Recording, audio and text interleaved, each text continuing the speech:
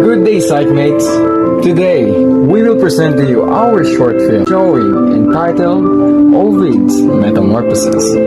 And this is narrated by Alquesa, Galarosa, and Estoque. So guys, what are you waiting for? Sit back, relax, and enjoy our show.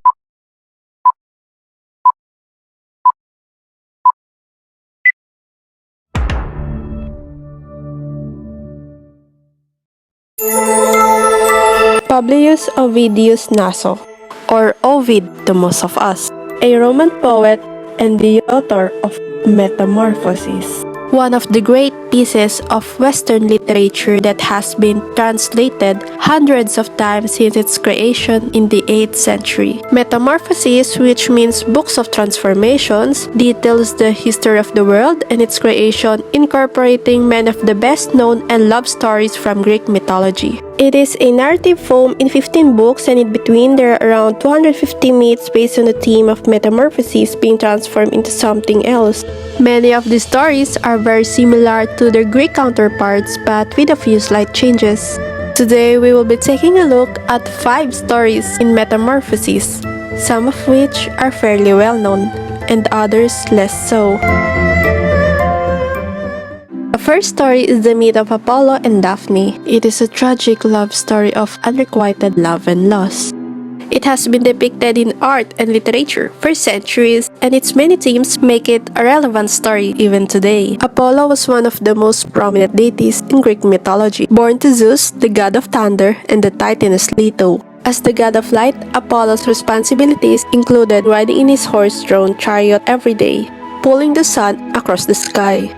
He was also in charge of many other domains, including music, art, knowledge, poetry, medicine, archery, and plague. Daphne was the daughter of Peneus, the river god of Thessaly. She was a Naiad nymph famous for her beauty. Being the beauty that she was, Daphne had many suitors, but she rejected them all and swore an oath of chastity, vowing to follow the virgin goddess, Artemis.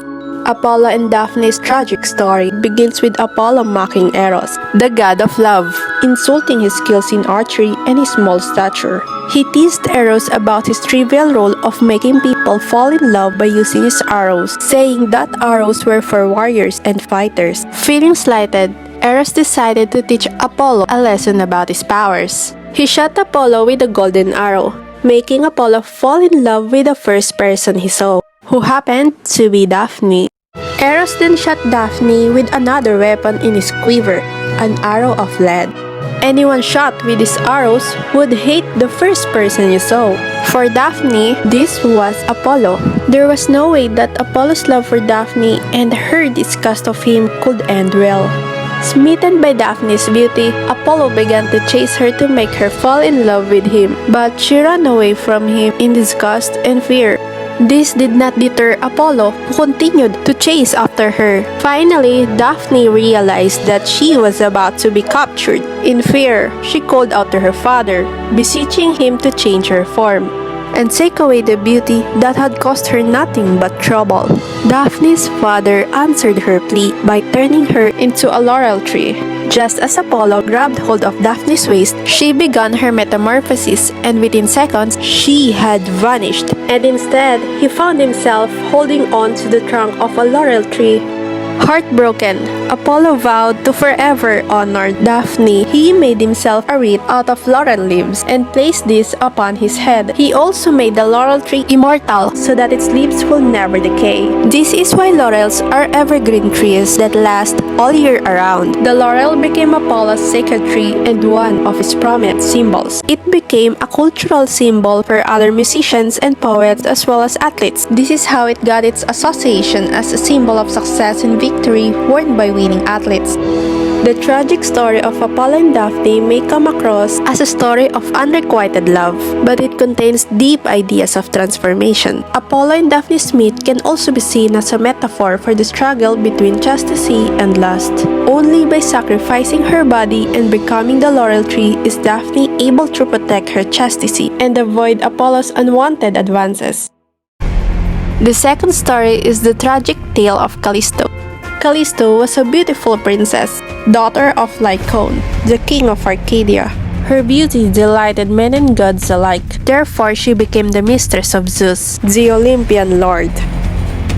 From this union, the boy Arcos was born, enraging the goddess Hera, Zeus's wife, who once again felt humiliated by the birth of another bastard son.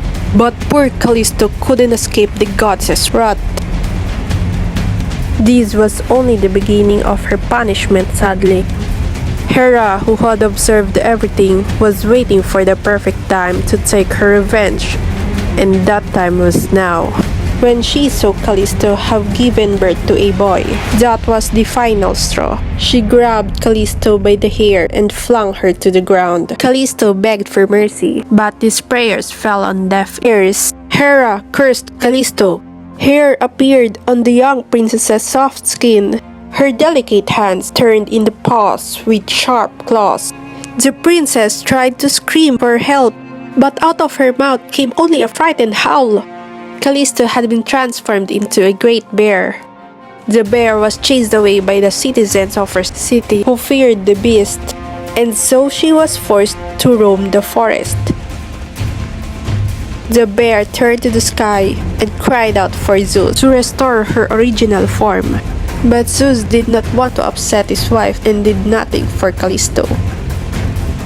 The bear wandered to the edge of the forest, near the town where she used to live. Hidden, she watched her friends and relatives who went on with their lives.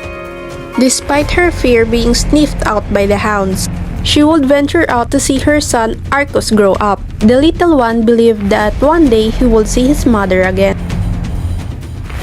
Time passed. One day, as the great bear wandered through the forest, she came across a hunter.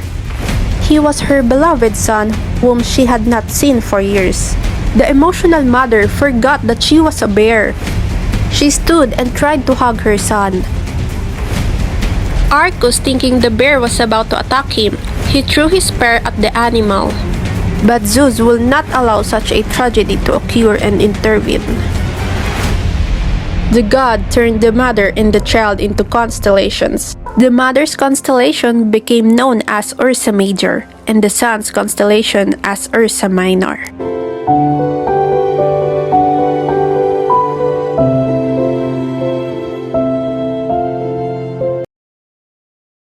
One such unnerving transformation befell the spinner Arachne. Arachne was the daughter of a tradesman who spent his days dyeing cloth the deepest shades of purple. She had a flair for spinning the finest threads, weaving them into flowing fabric and creating magnificent tapestries. People flocked to watch her hands flying across her loom, as if thread sprung directly from her fingertips. But as praise for her work grew, so did her pride. Arachne could often be heard boasting about her skills, declaring that her talent surpassed anyone else's, mortal or divine. She refused to see weaving as a gift from the gods. Rather, she flaunted it as her own personal genius. Unfortunately, the goddess of wisdom and crafts, Athena, overheard Arachne making these claims. Planning to teach the ungrateful girl a lesson, Athena disguised herself as an old woman and stole amongst the mortals. She berated Arachne in public. How dare the weaver claim herself greater than the gods? But Arachne only laughed, barely looking up from her loom.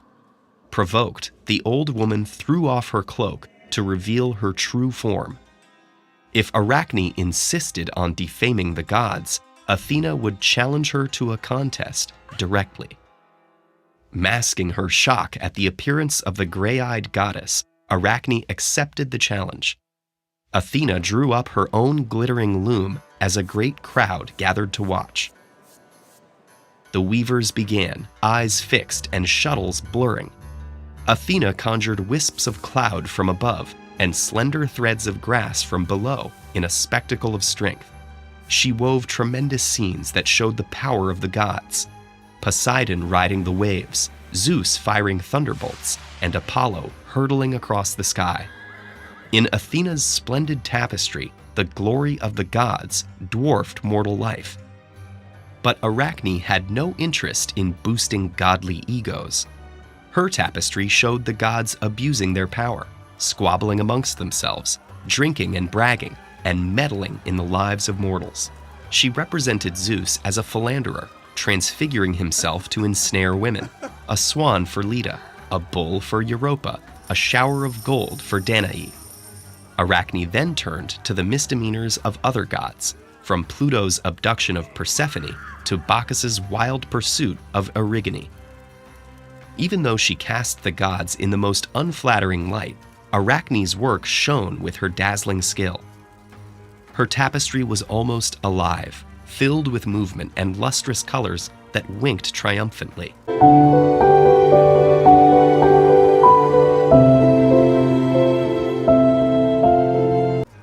When Athena saw Arachne's undeniably better and flagrantly subversive work, she flew into a rage and turned on the human weaver. Athena tore the tapestry, took the wooden shuttle she had used during the contest, and struck Arachne on the forehead. After the fourth strike, Arachne could take the punishment no longer. Arachne's glee dimmed as she felt her body shrinking and contorting. Her fingers waved wildly as her arms stuck to her sides, and black hair sprouted all over her body. She placed a noose around her neck, but as she hung, Athena caught and raised her. Live. Yes. Live but hang, you wicked girl. And know you'll rue the future too. That penalty your kin shall pay to all prosperity. The goddess left Arachne with a single spool of thread unfurling from her belly, a slim reminder of her human talent. For challenging the assumption that the gods were untouchable, Athena had shrunk her adversary into the first spider. To this day, Arachne and her children spin out her penance, or is it undaunted persistence in the shadows of giants? The transformation of Pygmalion statue. Pygmalion was a sculptor with unique skills. His work were admired all over the world. The sculptor traveled to the island of Cyprus, because there he would have access to marble with such quality, as this work would appear to be made of ivory. Pygmalion was very demanding and was looking for a woman to be his wife. But he could only see fault in all women, so he opted for celibacy. He decided to make the statue of a woman. Pygmalion prepared himself to make a perfect woman, young, beautiful, and virginal. But on the island of Cyprus, there wasn't a woman to serve as model.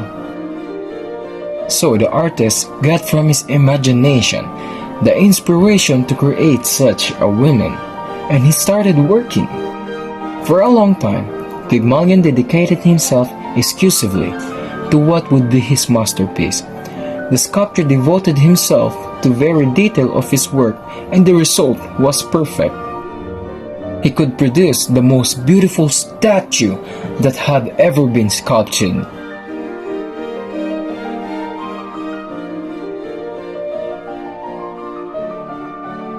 The more time he spent around the sculpture, the more fell in love with his creation. The sculpture was lifelike. He eventually would no longer distinguish between what was real and what wasn't. He would talk to it, care sculpture, and even dress her like she was real. Pygmalion was delighted with his own work and named it Galatea. The day of the festival that celebrated the goddess Aphrodite, the goddess of love, arrived. Pygmalion realized he was obsessed with Galatea. Pygmalion went to the temple to pay his due respect to the goddess. After making an effort to goddess, Pygmalion asked her, "Goddess Aphrodite, I know I tried to avoid love at all costs, but I never intended to offend you. Now I'm here prostrated before your temple, overwhelmed by the power of love, and ask you for a wife like my ivory girl." The goddess Aphrodite was touched by the passionate artist's play. Pygmalion returned home and found the statue of his beloved Galatea. The sculptor put his hand on her neck and kissed her on the lips. At that moment, he felt the warmth and softness of his beloved lips. Her body was no longer rigid like a stone, and she gave it to the grip of his arms. Aphrodite had transformed the marble statue into a real woman. And under the blessing of that goddess of love, Pygmalion and Galatea got married. From his union was born Props, who would one day found a city in honor of Aphrodite. The Flight of Daedalus and Icarus. Our last tale goes by the name of Daedalus and Icarus, the tragic story of the fall of Icarus. Minos imprisoned Daedalus and his only son Icarus within the top of the tallest tower on the island, where they were to remain for the rest of their lives. From their tower, the boy could only imagine what it was like to be outside. Daedalus felt a greater sorrow for his son, whose childhood had been taken from him. He understood why Minos had imprisoned him for the role he played in aiding Theseus to slay the Minotaur, but poor Icarus did not deserve to share in his father's punishment. The tower was surrounded by water on all sides. Minos may own all else, he does not own the air. But Daedalus was still a genius inventor. While observing the birds that circled his prison, the means for escape became clear. He and Icarus could fly away from their prison, as only birds or gods could do. Using feathers from the flocks that perched on the tower and the wax from candles, Daedalus constructed 2 pairs of giant wings. As he strapped the wings to his son Icarus, he gave a warning. Flying too near the ocean would dampen the wings and make them too heavy to use. Flying too near the sun, the heat would melt the wax and the wings would disintegrate. In either case, they surely would die. Therefore, the key to their escape would be in keeping to the middle. With the instructions clear, both men leaped from the tower. They were the first mortals ever to fly. While Daedalus stayed carefully to the midway course, Icarus was overwhelmed with the ecstasy of life and overcome with a feeling of divine power that came with it. Daedalus could only watch in horror as Icarus ascended higher and higher, powerless to change his son's dire fate. When the heat from the sun melted the wax on his wings, Icarus fell from the sky. Daedalus could only watch helplessly as his son plummeted to his death. He buried his son on a nearby island, and that portion of the sea would forever bear Icarus' name. This is the story, the fall of Icarus. So these are the characters from the 5 stories that we choose from the book of Metamorphoses. The first story consists of Apollo, Daphne, Eros, and Peneus. The second story, Callisto, Hera, Zeus, and Arcus. The third story consists of characters Arachne and Athena. Fourth story, Pygmalion, Galatea, Statue, Aphrodite, and Paphos. Fifth story, Daedalus, Icarus, and Minos. According to Ovid, the setting took place in Rome. The protagonist is varied per story. Major conflict, mortals and the gods struggle. Rising action, Rome rises. Climax, Rome is founded. Falling action, Ovid protects a great future for the Rome. The themes are the pervasiveness of metamorphoses, the power of art, the sadness of love. And other themes consist of love, morality, betrayal, revenge, and tragic. The motifs are punishment, storytelling, and reward. Symbols, lost speech, foreshadowing Pygmalion's successful creation foreshadows. Orpheus' reunion with Eurydice, and Ovid foreshadows the permanence of his own work. The literary criticism that we used are feminism criticism and queer criticism. We used feminism criticism because violence and often rape occurs in almost every story in the collection, and women are generally portrayed negatively. either as virginal girls running from the gods who wants to rape them, or alternatively as malicious and vengeful. In the story of Arachne and Minerva, a woman named Arachne believes she is more skillful weaver than the goddess Minerva. To compare the two women, they could hardly be more different. Arachne is a woman from a humble background who makes a name for herself with her talent for weaving, while Minerva is a woman of the highest social standing, whose reputation rests on wealth, lineage, and family. Arachne is a woman of consummate skills and artistry. Minerva is a woman of little or no skill. Arachne is challenged and provoked by the goddess Minerva. Minerva challenges and provokes the goddess Latona. Arachne's pride in her own skills is therefore a sin in the god's eye. Neither of the women can claim complete victory. Both of their perspective are borne out. Minerva punishes a mortal, as she thinks is the god's right, and Arachne is fermented as she thinks humans always are. The queer criticism. Rape is undoubtedly the most controversial and confronting theme of the Metamorphoses. It is the ultimate manifestation of male power in the home, and the hundreds of transformations that occur are often the means of escaping it. An early tale of attempted rape is narrated in Book 1, involving the nymph Daphne and the god Apollo. The tale of Tereus, Procne, and Philomela is one of the bloodiest and most grotesque in all of the Metamorphoses. To the familiar stew of deception, rape, and mutilation, it adds the murder of a child and cannibalism. These unspeakable acts are the more horrifying because they take place not between strangers but within one family, the most intimate bonds between husband and wife, sister and sister, man and sister-in-law, mother and son, and father and son are broken. We also use gender criticism.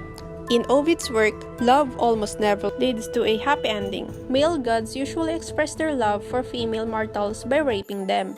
Io, Callistro, and Semele, among many others, suffer from the gods' violent expressions of love. Male mortals treat the objects of their affection in a similarly brutal way, abducting, raping, and mutilating them. Peleus ties up Thetis to rape her. Tereus repeatedly rapes Philomela and then cuts out her tongue. Upon closer analysis, women are generally portrayed negatively in almost every story in the collection. When women love men, their passion often causes them to betray their fathers, families, and cities. Medea's love for Jason leads her to turn against her father and her home. Scylla's love for Minos inspires her to sculpt her father and betray her people. Women's incestuous love for their male relatives, such as Bybele's love for her brother Caunus or Mira's love for her father Cinyras, readily ends in disaster. Socially accepted love, such as the love between Pyramus and Thisbe, wind up as a double suicide. Ovid emphasizes the disastrous quality of all romances by showing that even the goddess of love, Venus, is powerless to find lasting happiness. And these are the other literary approaches that we gathered and understood from the book of Metamorphoses after analyzing it.